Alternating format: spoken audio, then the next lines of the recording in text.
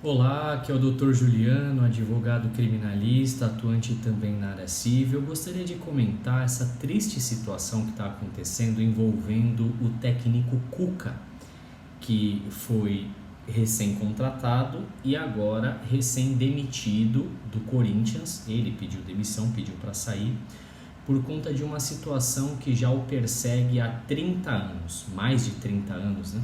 No caso, 36 anos, que é o seguinte: no ano de 1987, o Cuca, ainda como jogador, ele foi contratado pelo Grêmio com 23 anos de idade e, contratado pelo Grêmio, ele foi jogar um torneio na Suíça e foi uma excursão rápida, e no hotel o Cuca estava num quarto junto com outros 3 jogadores, e nesse quarto teria subido uma adolescente de 13 anos de idade e ela teria tido relações sexuais com 3 desses jogadores que estavam lá dentro, e um teria ficado só olhando.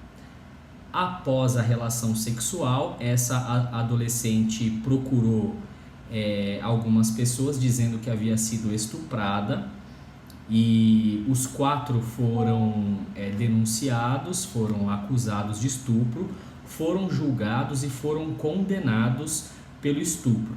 Só que eles foram condenados na modalidade do estupro de vulnerável, e no dispositivo, né, da sentença consta que foi um ato consensual, ou seja, a moça, a jovem, se relacionou com eles porque quis, que não houve violência, não houve constrangimento, não houve forçação da parte deles em relação a ela.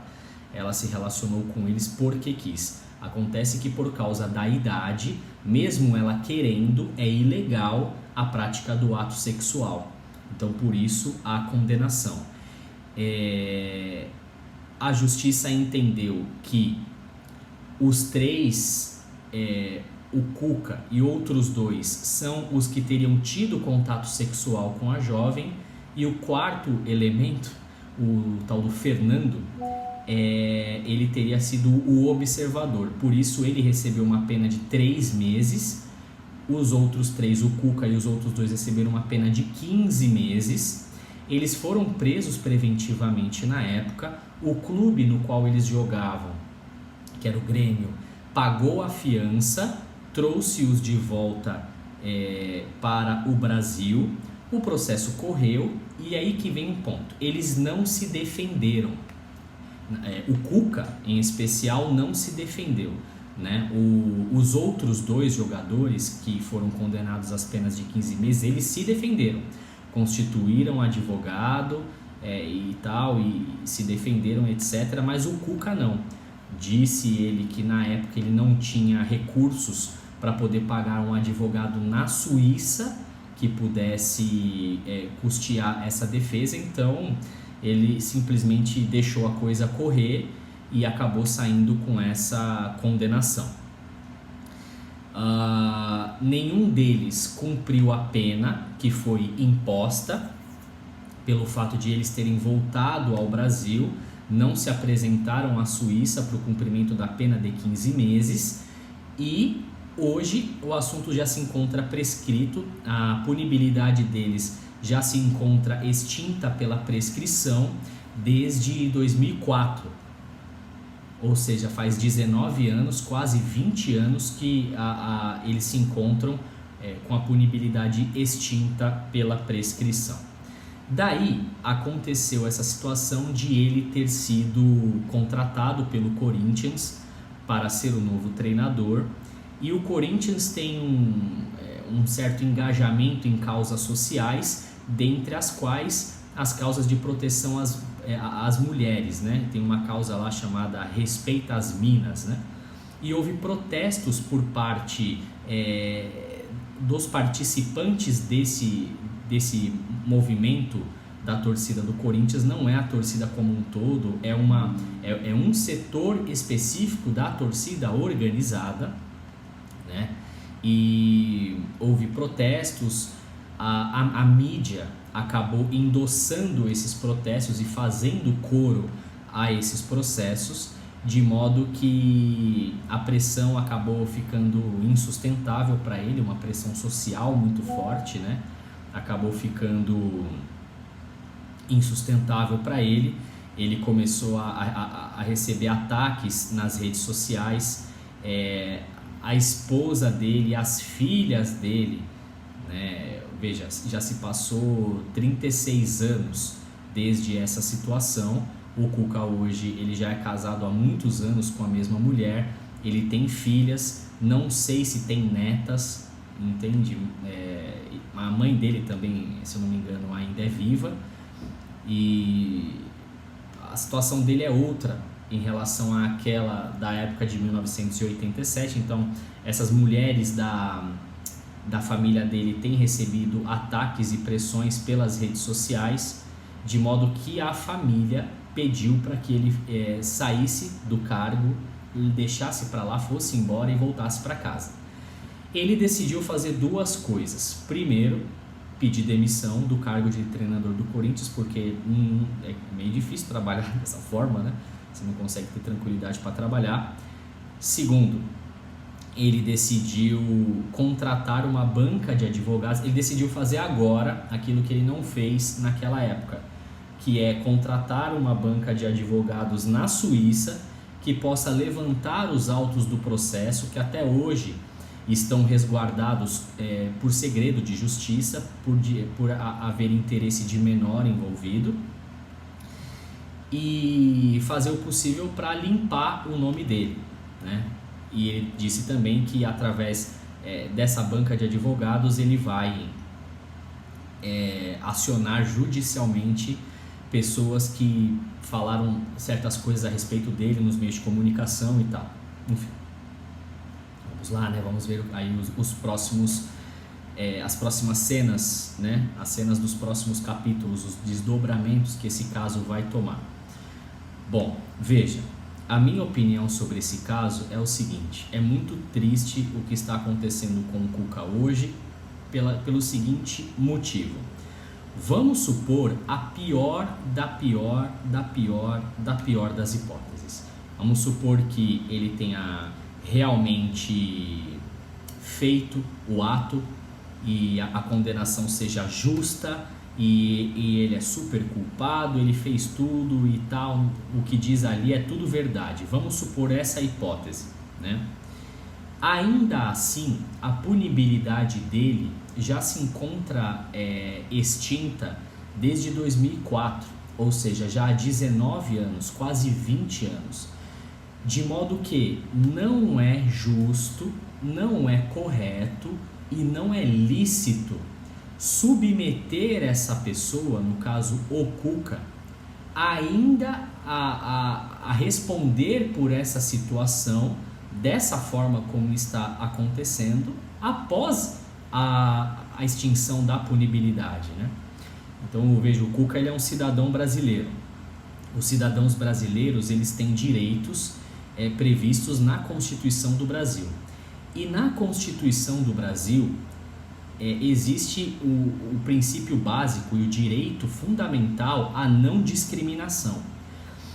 Ninguém pode ser discriminado por ser homem ou por ser mulher, ninguém pode ser discriminado por ser heterossexual ou homossexual, ninguém pode ser discriminado por ser branco ou negro, ou indígena ou amarelo, enfim.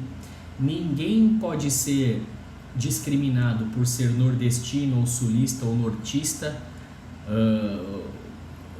ou caipira, ou enfim, ninguém pode ser discriminado por isso, ninguém pode ser discriminado pela sua opção religiosa, ninguém pode ser discriminado pela sua opção política ou filosófica, ninguém pode ser discriminado pela sua profissão. E aí vem um ponto importante dos dispositivos que regulam esse direito fundamental: ninguém pode sofrer discriminação de qualquer natureza, de modo que aqui se enquadram as pessoas que sofreram, por exemplo, condenações criminais no passado. essas pessoas não podem sofrer nenhum tipo de discriminação no Estado brasileiro. Percebe? Uma coisa é ele ainda estar cumprindo a pena, ele ainda estar pagando pelo que ele fez, isso é uma coisa. Porém, no caso dele, o assunto já está 100% encerrado. A punibilidade ela já foi extinta. Ainda que, por exemplo, ele diz que ele é inocente, ele diz que ele não encostou naquela moça, ele diz que ela não o reconheceu em 3 ocasiões como sendo uma das pessoas que teve relação com ela, que ela não reconheceu em 3 ocasiões. Isso foi apurado inclusive por uma jornalista da Band News chamada Marília Ruiz, se eu não me engano, em 2018. E ele diz isso, porém, obviamente, tudo isso é tese de defesa. Então, para que isso tivesse sido levado em consideração, teria sido preciso que isso fosse apresentado por ele na hora de se defender. E ele não se defendeu, ele não constituiu advogado para se defender naquele momento, segundo a versão dele, né? Esse é um ponto importante de se mencionar. Mas ainda que ele esteja mentindo, ainda que tudo o que as pessoas dizem ou pensam a respeito dele seja verdade, ainda que seja, não justifica a discriminação que ele está sofrendo nesse momento, pelo fato de que a punibilidade já foi extinta há quase 20 anos, há 19 anos mais especificamente, em 2004, de modo que colocou-se e deve ser colocada e mantida uma pedra em cima desse assunto. Porque, veja, nós não temos pena de morte no Brasil, nós não temos penas perpétuas no Brasil. No Brasil, a pena de morte e as penas perpétuas, elas são consideradas ilícitas, ilegais, imorais e etc., antijurídicas, né? Inconstitucionais. Só que a ele está sendo negado esse direito. Por quê? Veja, qual é o protesto desse setor organizado da torcida do Corinthians? Ele não pode ser contratado. Ele não. Tá, mas por que ele não? Ele não porque ele tem essa condenação de estupro. Ou seja, você está apontando um motivo específico e único para que essa pessoa específica não exerça aquele trabalho para qual ela está sendo contratada, né? Veja, se não tivesse essa condenação, se não tivesse, aí beleza, tranquilo, ele é um bom treinador, competente e não sei o quê. Mas como tem esse assunto, ele não pode. Isso é discriminação. Isso é discriminação. Porque é um pleito, no caso, injusto. Porque ainda que tudo fosse verdade, ainda que ele esteja completamente errado, que ele não esteja sendo sincero, que ele seja 100% culpado do que aconteceu, ainda que seja essa situação, a punibilidade já foi extinta. Ou seja, já se encerrou esse assunto, ele não deve mais nada, nem a justiça suíça, muito menos a justiça brasileira, ele não deve mais nada. Então, ele não pode ser obrigado a aceitar esse tipo de tratamento por parte da sociedade, de que publicamente se coloque essa objeção e ele seja impedido de trabalhar num cargo para o qual ele foi contratado, para o qual ele foi convidado, única e exclusivamente por causa desse assunto. Então, veja, é uma atitude errada, isso que está acontecendo, né? Eu sou advogado de defesa. Então, eu sempre vou procurar saber, nesses casos, se foram respeitadas as garantias defensivas. Lá, no caso, pelo que ele diz, ele teria sido condenado à revelia por não ter se defendido. No Brasil, isso não existe. Mesmo que você não constitua um advogado para se defender, o Estado fornece um defensor público ou um defensor dativo para que você possa ter o direito de defesa. O Estado faz isso. Lá na Suíça eu não sei como funciona. Então, veja, nesse caso, ele está sendo a menina acusou os jogadores de ter sido estuprada. Ela foi estuprada? Segundo o conceito do estupro simples, não foi. Porque não houve o constrangimento, não houve a violência, não houve a forçação, o ato foi consensual. Porém, eles mantiveram relações sexuais com ela, isso foi constatado mediante exames clínicos que houve a relação sexual, e pela idade dela, isso também é ilícito. E o termo utilizado também é estupro, mas estupro de vulnerável.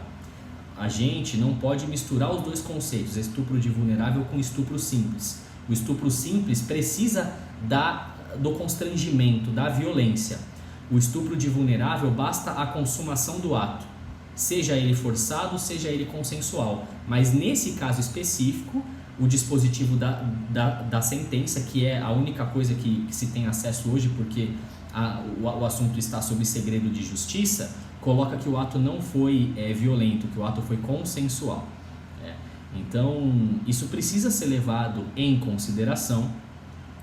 E mais importante de tudo, o fato de que a punibilidade já foi extinta há 19 anos, quase 20 anos, e toda pessoa que teve problemas com a justiça, ela tem um dever de se ressocializar, ela tem essa obrigação, e ao mesmo tempo ela tem esse direito.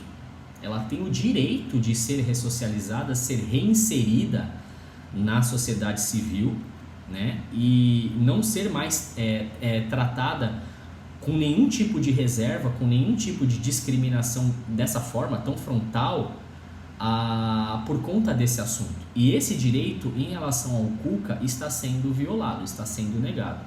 Portanto, eu não posso considerar correto esse tipo de postura, né? E espero que o assunto possa se resolver o quanto antes. Vale dizer que um dos principais veículos de formação de opinião que tem batido forte no Cuca é a Rede Globo de televisão.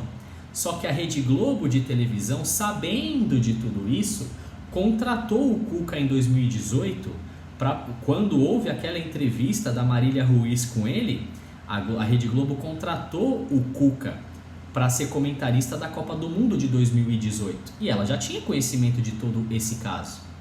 Ou seja, é uma atitude bastante hipócrita. Por quê?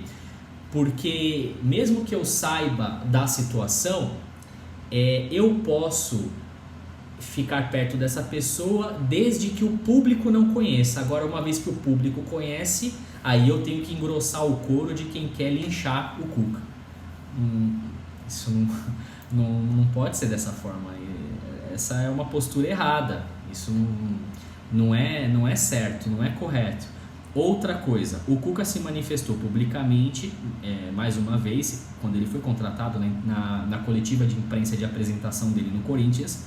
Ele disse, eu sou inocente, eu não encostei na menina, eu fui condenado porque eu não me defendi, eu não tinha dinheiro para me defender, não constituí advogado e fui condenado à minha revelia. Mas eu não encostei nela e por 3 vezes eu não fui reconhecido por ela, ela não me reconheceu como sendo uma das pessoas que teve relação com ela. Então eu sou inocente, eu não devo nada nesse assunto. Beleza. Aí, quando foi anteontem, o UOL e daí a Globo, daí os demais veículos de comunicação trouxeram um pronunciamento de um advogado lá na Suíça, um advogado suíço, que teria trabalhado nesse caso na época, que diz, não, ele está mentindo. Ela o reconheceu sim e foi provado que ele teve sim relação com ela, porque houve material seminal dele encontrado no corpo dela, num exame clínico feito no Instituto de Medicina de Berna, se não me engano é isso. E as pessoas tomam isso, ouvem essa informação, tomam isso e já falam, tá vendo, ele tá mentindo, não sei o que, vamos linchar. Mas veja, quem disse isso foi um advogado. Um advogado, ele não tem é a palavra final sobre um assunto. Por quê? Porque o advogado ele é parte no processo.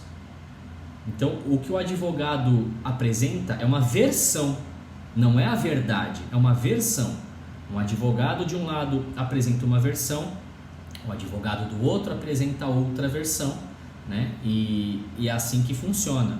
Outra coisa, esse advogado ele apenas disse isso.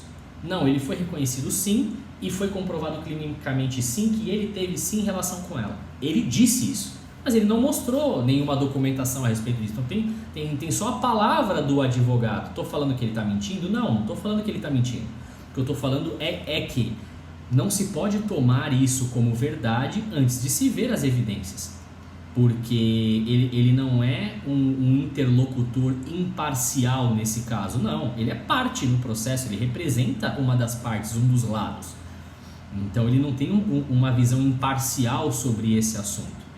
Uma outra coisa absurda que eu ouvi falar, não, os jornalistas brasileiros do UOL entraram em contato com a Suprema Corte da Suíça e a Suprema Corte disse assim, não podemos dar informações sobre esse caso porque o caso está em segredo de justiça. Porém, leiam os jornais da época que vocês vão ver lá do que se tratou esse caso.